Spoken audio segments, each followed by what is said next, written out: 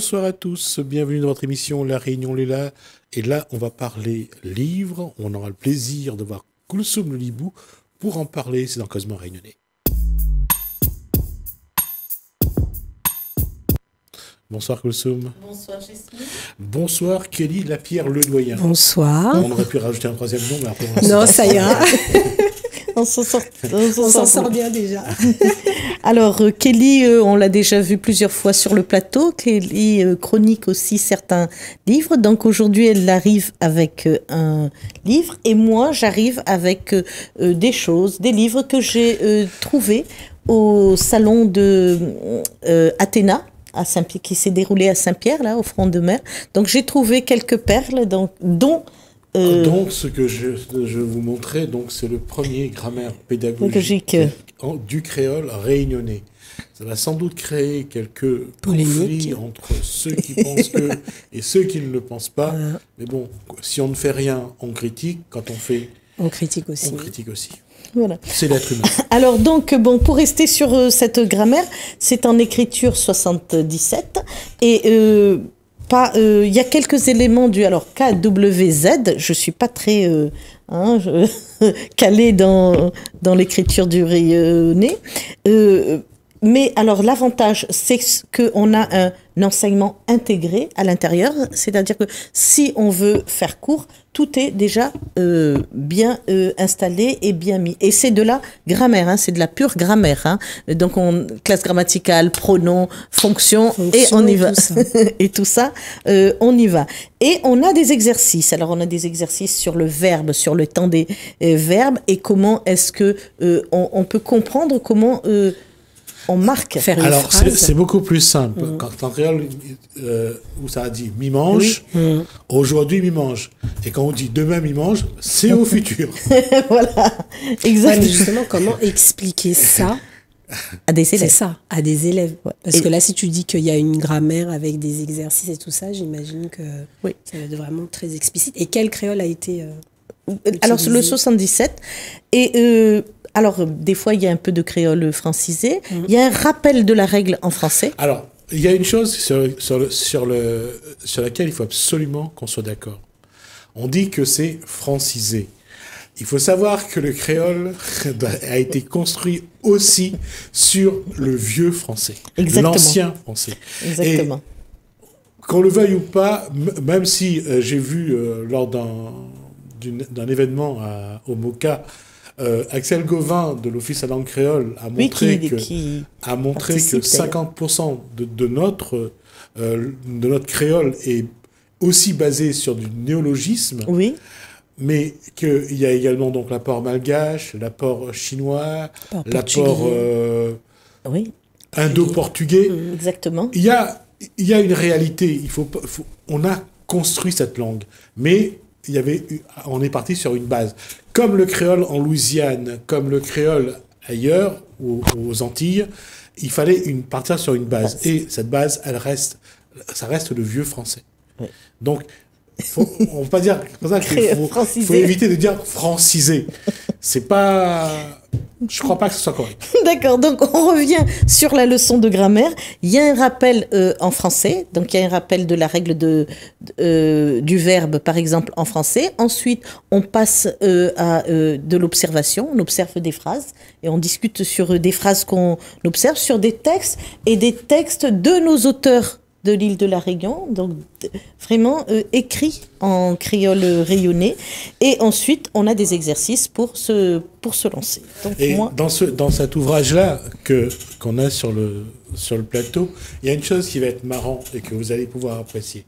C'est l'adverbe en créole. Oui. Ça, c'est quelque chose que vous allez apprécier. Le toutefois, tout ce que le français propose. Et quand on regarde ce que le créole en a fait, surtout. C'est un petit peu... C'est marrant, ouais. Mais bon, moi, je ne maîtrise pas, donc je ne m'aventurerai pas à l'analyser. Non, c'est pas l'analyser. Moi, je ne fais que le constater. Je ne l'analyse pas. Essayons de dire... Allez, sur ce plateau-là, on est trois. Essayons de trouver un adverbe créole. Missier. Allons trouver un adverbe en créole. Toutes mes adverbes, les doucement. Je sais pas, longtemps. Oui. Longtemps. Bah oui, longtemps, nous t'ai fait ça, nanana. Donc le longtemps. Alors tu le traduis comment? Tu le traduis autrefois. Oui. Voilà. Ouais. Ou sinon, il faut dire nana longtemps. Nana longtemps. Ou dans le temps longtemps. Ou dans le temps longtemps. C'est pour ça que autrefois, mais après ça c'est. Voilà, c'est pour ça que j'ai rigolé ça. L'adverbe créole. L'adverbe c'est invariable. Ouais, mais même quand tu dis. Mais chez nous, c'est variable. Bah ouais. Mais on a quand même une capacité à faire varier l'adverbe. C'est impressionnant. Parce que tout est une question d'intonation, en fait, dans le créole. Bah, par exemple, quand tu prends le OT. OT. Tu as le OT. C'est pour ça qu'on dit toujours le côté phonétique. Ah, complètement. Exactement. Même l'intonation. Et d'ailleurs, ça démarre par ça. Le livre de grammaire démarre par de la phonétique. Et là aussi, c'est rigolo. Hein. Ah ouais, c'est costaud. Là, ça, voilà, c'est costaud. C'est vraiment c'est costaud. Après, c'est sérieux. Donc, je pense que les collègues qui enseignent la grammaire doivent être... Et même ceux qui préparent le CAPES, oui, créole. De créole, oui. Parce qu'on a déjà on a 2 agrégés déjà en créole. Hein. Et c'est une bonne chose. C'est une bonne chose, mais alors quel travail monstre. Oui. Je veux dire... Mais ça montre aussi que quand on va chercher la source de la base du créole, c'est très ça doit être très complexe. Et c'est riche. Puis c'est riche, ouais. Les mots qui viennent des différents apports ethniques ou communautaires a enrichi cette langue créole. Mais comment après le définir par rapport à tout ça, c'est un sacré c'est travail. Un challenge. Ouais. Alors on ne quitte pas le créole, on enchaîne avec Kelly sur sa découverte. Exactement. Alors moi, c'est un coup de cœur. Voilà, le grand saut de... je sais de qui c'est. Expédite, voilà, la Hope Cerno. Je l'ai reçu sur le plateau pour alors présenter oui, cette et je n'étais pas là, et franchement, j'ai regretté parce que moi j'aurais... Ah oui. Voilà. Parce que quand dans les années 70, on prend une jeune réunionnaise avec les cheveux crépus, la peau noire, qui va aller frapper à la porte de pensions de famille pour essayer de trouver un logement. Eh oui. C'est difficile. C'est là qu'on commence à comprendre le mot racisme. Exactement. Et je peux vous dire que franchement... Ou qu'on est différent, parce que quand on grandit ici à l'île de la Réunion, on ne se sent pas différent. Moi, je me sens pas... t'es pas différent. Quand on grandit à la Réunion. Oui, et c'est quand on sort. Et à ce moment-là, c'est la gifle. Hein. Ah, c'est la grosse gifle. Moi, je vous dis, ça a été un coup de cœur pour moi, parce qu'en fait, j'ai vu l'histoire de mes parents. Voilà. Donc mes parents, ce sont petits créoles partis donc en métropole dans les années 70 pour justement avoir une vie meilleure donc en métropole. Et donc de leur statut de petits créoles, ils sont devenus des immigrés.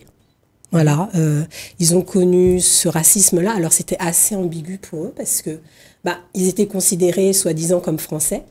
Et finalement, ils ont vécu le parcours d'un immigré en fin de compte. Et moi, j'ai grandi dans ça. C'est là où nous avons aussi un souci. Ouais. Lorsqu'on nous parle des enfants de la Creuse, on parle c'est la même chose. Les chose, enfants de la Creuse ont vécu. Mais faut arrêter de se leurrer. Quand on part en métropole, on est de couleur. Oui. Et même quand on n'est pas, même si on a la peau blanche, mais quand on arrive dans un pays qui n'est pas le nôtre, ça se sent. Et ça, c'est ce que vivent certains Réunionnais d'origine indienne qui croient que parce qu'ils ont le teint, ils vont partir en Inde et ils vont croire qu'ils vont arriver chez eux. Mais c'est difficile pour eux. S'ils ne maîtrisent pas la langue, c'est difficile. Hein. C'est exactement ce qui s'est passé pour moi. Parce qu'en fin de compte, issu de, être né en métropole, donc de parents réunionnais, faut savoir qu'on a toute cette culture-là dite créole. Moi, mes parents, ils m'ont parlé créole, et heureusement, parce que sinon, quand j'étais revenue ici, là, j'étais vraiment les oreilles de base, comme ça, non. Donc mes parents, ils nous ont toujours parlé en créole. La cuisine, c'était créole, les traditions créoles, voilà. Et c'est vrai que quand quand on venait ici en vacances là, parce que donc ils sont devenus fonctionnaires forcément, à cette époque-là, ils titularisaient à tir à l'arigot.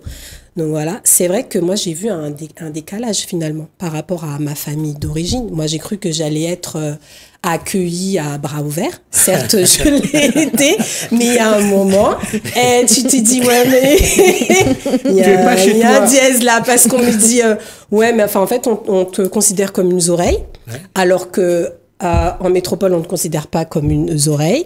Donc, en fait, tu es là, en fin de compte. Tu n'es pas chez toi en métropole. Tu n'es pas chez toi en métropole. Et tu n'es pas chez toi, en fait. Tu es au milieu de l'océan. Tu es au milieu de l'océan. En fait, c'est toi qui fais le grand saut. Alors, voilà, c'est exactement ça. Non. Quel que soit l'endroit où tu n'es pas chez toi. Je ne suis pas chez moi nulle part. Alors, je reviens à l'anecdote que je vais raconter. Ce sont des descendants donc des engagés indiens qui sont partis en Inde parce que pour eux, on va les recevoir comme des... Bien évidemment. Mais... Surtout s'ils ont le type et tout. Mais oui, complètement. Mais malheureusement, non. Bah non, c'est pas quand ils arrivent en Inde, ils peuvent être physiquement ce qu'ils veulent, exactement. Mais ils seront jamais indiens. Bah oui. Ils sont réunionnais, ils sont français. Mais oui, parce qu'ils ont tous les codes. Exactement. Les codes ne sont pas pareils. Et c'est là où le bas blesse.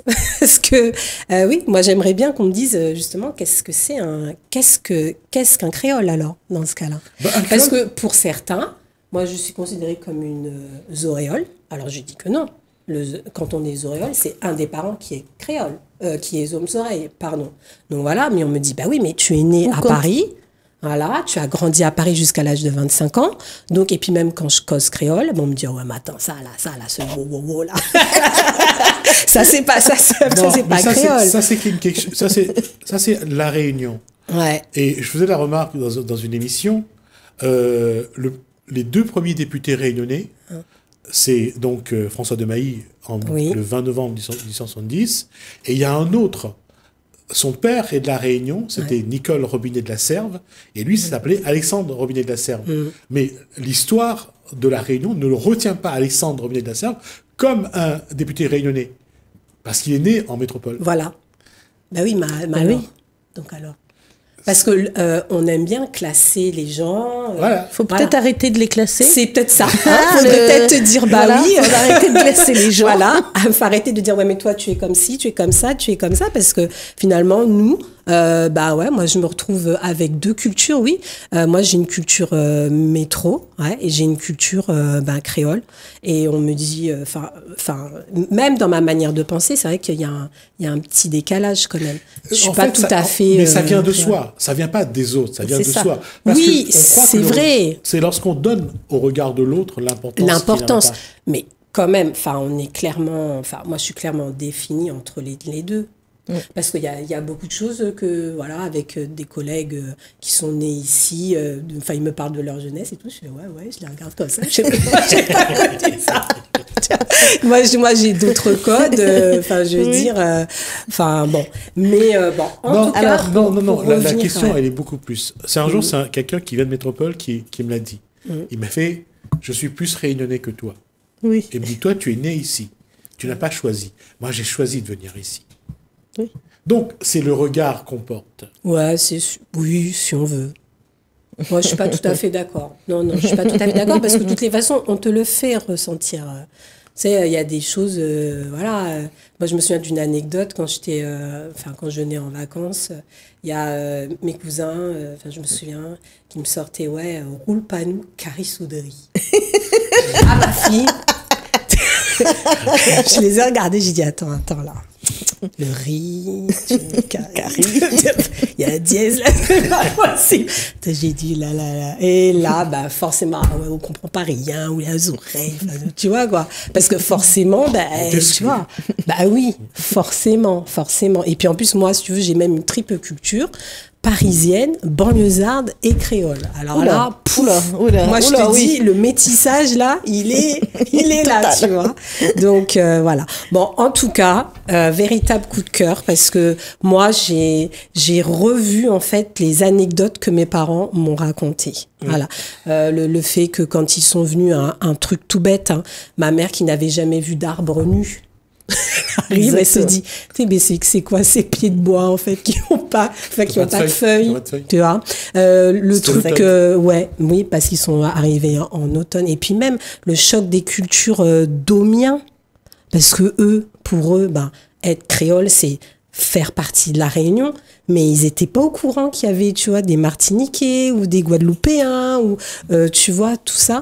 Et ce que tu disais à propos, ce que tu disais à propos du racisme, oui, mes parents, forcément, en arrivant en métropole, ils se sont sentis différents et en même temps, ils se sont dit, mais on nous a leurrés parce qu'on est français, tu vois. Donc il y a eu tout ce truc-là. Et c'est pas le pire. Le pire, c'est que celui qui sort de Bretagne, d'Alsace, de la Provence, qui arrive à Paris, il connaît la même chose. Ah mais oui, complètement. Mais là, je dirais quand même le décalage, il est immense quand même, parce que, je me suis dit en lisant le livre, et donc je me suis dit, mais comment est-ce que mes parents, ils ont eu cette audace-là de tout quitter? Connaissent rien de la Réunion parce qu'à l'époque ils n'avaient pas la télé ou autre. Bien sûr. Et ils viennent avec leur petit ballot là, le petit linge là, parce qu'ils connaissaient pas l'hiver ni le printemps, et arriver là-bas, ils ont eu tout à découvrir et à s'adapter entre guillemets, quoi. Je veux dire, eux les immeubles ils connaissaient pas. Ils sont arrivés dans un immeuble, ils ont voulu faire cuire leur carie, ça a brûlé. On les a chassés. C'est vraiment un périple. Moi je me souviens, mes parents ils me disaient que ils étaient obligés de nous changer, tu sais, dans les stations de métro. Parce que mon père, il prenait le travail à une certaine heure et ma mère, elle prenait le travail à une autre heure. Donc, en fait, ils se donnaient rendez-vous, à une station de métro et hop, on échangeait les enfants. Et c'était tout un parcours du combattant. C'est pour ça quand on n'a pas de famille, oui. Et, oui, parce que quand on n'a pas de famille sur place, seuls. Ouais. Après, si tu veux, ils ont rapatrié, entre guillemets, la famille. Mais ça a été vraiment eux les novateurs, quoi. C'est pour ça que nous devons toujours avoir un grand respect pour complètement. Nos parents et nos grands-parents qui ont vécu cette, j'allais dire, cette émigration. Une émigration interne, finalement. Et on n'en parle pas. Comme le raconte Expédie Lahope dans son livre, c'est pas facile. Il fallait avoir envie de le faire. Ah oui. Et même, je rebondis juste, et après je te laisse parler, Koulsoum. La question des mutations, non mais c'est vraiment ça, la question des mutations. Moi, je me souviens, mon père qui me disait, je lui dis, mais papa, t'as pas voulu retourner à La Réunion? Il me dit, ma fille. Tu sais, quand il est arrivé, lui, il était encore très naïf par rapport à ce discours. On lui avait dit, tu passes 5 ans en métropole et ensuite tu retournes au pays. Donc lui, il y va, il donne sa mutation et tout, sauf que il a fait sa demande, et juste avant lui, il y avait un collègue antillais qui était là depuis au moins 10 ans, si c'était pas 15 ans. Et puis, mon père, il dit, ouais, moi, je vais demander ma mutation et tout. Et après, finalement, il a vu que cet homme-là, ça faisait au moins 15 ans qu'il était là, il était en bas de la liste. Donc, lui, il s'est dit, tu vois, là, je suis carrément, c'est plié, tu vois. Donc, il a fallu quand même, tu vois, repenser un projet de vie. Et donc, mes parents, ils ont fait 42 ans en métropole, quand même. Oui, entre 50 et 42 ans, il y a une différence. Voilà, donc gros coup de cœur et franchement, super bouquin, sans langue de bois, de la réalité avec un petit brin d'humour. Franchement, je le conseille. Super bouquin. Alors moi, j'ai découvert, alors ça aussi, c'est un coup de cœur du salon, le cupcake magique, Didou et Palou. Alors Didou et Palou, c'est ces 2 jeunes filles que vous voyez là derrière. Et ces 2 jeunes filles ont écrit une histoire qu'ils ont inventée. Le cupcake. Pourquoi le cupcake? Parce que, donc, elle, c'est une petite garçon manqué. Et puis, elle se décide, sa maman la tire là, pour aller s'habiller. Et elle veut pas aller s'habiller. Et par contre, tout d'un coup, par une fenêtre, elle découvre un autre magasin qui ressemble à un cupcake. Et là, elle se dit, c'est là que je vais aller acheter mes robes. Et donc là, après, on pénètre dans un monde fantastique. Alors, ça rappelle un peu les bonbons de Hansel et Gretel. Ça rappelle un peu... il y a beaucoup comme ça de tout ce qui est lieu magique. Alice au Pays des Merveilles. Alice au Pays des Merveilles. Charlie et la chocolaterie. Oui, Charlie et la chocolaterie. Mais sans Amber Heard. La petite sirène aussi. et ainsi de suite. Et donc, c'est une histoire magnifique pour les enfants. J'ai vraiment adoré ça. Je ne sais pas s'il nous reste du temps. Non, on va y aller quand même. Alors, On va gratter. oui, ça, c'est le dernier album de Lisiane Bernadette Thomas qui nous emporte vers toute la nature, un monde. En tout cas, de bravo nature. pour l'illustration. Oui. C'est magnifique. Exactement. Ah ouais. Alors, c'est magnifique et c'est surtout que ça va parler de la nature, ça va parler. On peut transmettre des choses sur la nature. Quand on le lit avec les enfants, on peut transmettre beaucoup de choses. C'était ce qu'elle avait dit lorsqu'elle était venue sur le plateau. Et c'est vraiment l'hymne au bonheur simple. Voilà. La transmission est surtout des choses simples. C'est ça, comme exactement. On dit. Et la fleur de terre, c'est montrer à quel point ça part de quelque chose, d'un geste, d'un respect déjà par rapport à la terre, la de nature, pouvoir utiliser la nature. Exactement. Et ça, je crois que, enfin, je regarderai, mais je pense qu'elle a Oui, réussi. oui, elle a réussi. C'est une réussite. Voilà. Merci à vous deux, donc à Kelly Merci. Lapierre, le doyen, et à Koussoum Lelibou pour ce moment. Ça a été vraiment intense. Ouais. Merci à vous deux. On vous remercie de nous avoir suivis. Merci Hélène, merci François. Je vous dis à bientôt.